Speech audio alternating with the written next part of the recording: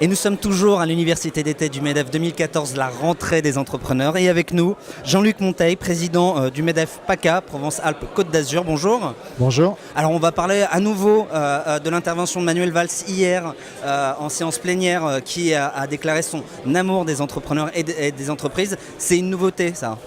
Ah, si vous voulez, aujourd'hui, droite comme gauche, c'est vrai qu'effectivement, ce n'est pas naturellement le discours qu'on entendait. C'est vrai. Ça fait du bien, mais il n'a pas dit que ça, c'est-à-dire que ce n'est pas un amour au patron, Oui. c'est un amour à ce que produit l'entreprise. Oui. Et l'entreprise, il y a des patrons et des salariés. C'est vrai. Et il a bougé beaucoup de dogmes.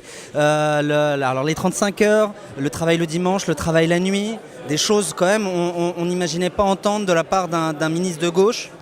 Si vous voulez, je pense qu'il s'est comporté comme un excellent manager. Oui. C'est-à-dire qu'on ne construit rien seul. Nous, on le sait en tant qu'entrepreneur. C'est pour ça qu'on est proche de nos équipes.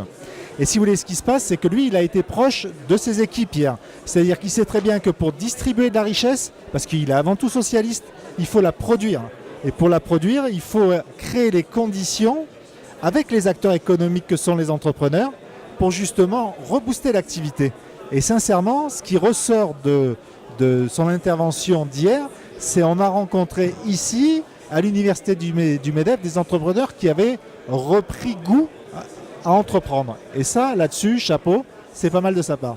Et en plus, c'est un discours qui vous touche particulièrement au PACA, parce que vous avez des problématiques de compétitivité coût, de concurrence internationale qui sont très fortes. Je parle ne serait-ce que pour le tourisme avec l'Italie et l'Espagne. Donc ça, cette volonté de changer, cette volonté d'abandonner certains dogmes, ça vous touche. Ben, ça nous touche, ça nous touche à plus d'un titre.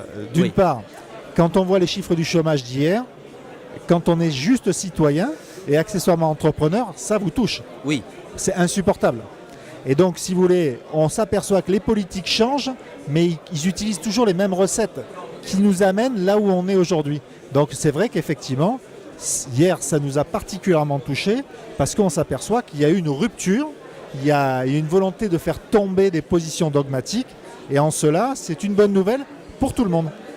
Alors, et vous, en région PACA, quels sont vos prochains enjeux, vos prochaines missions, vos prochains objectifs très importants à court, moyen terme?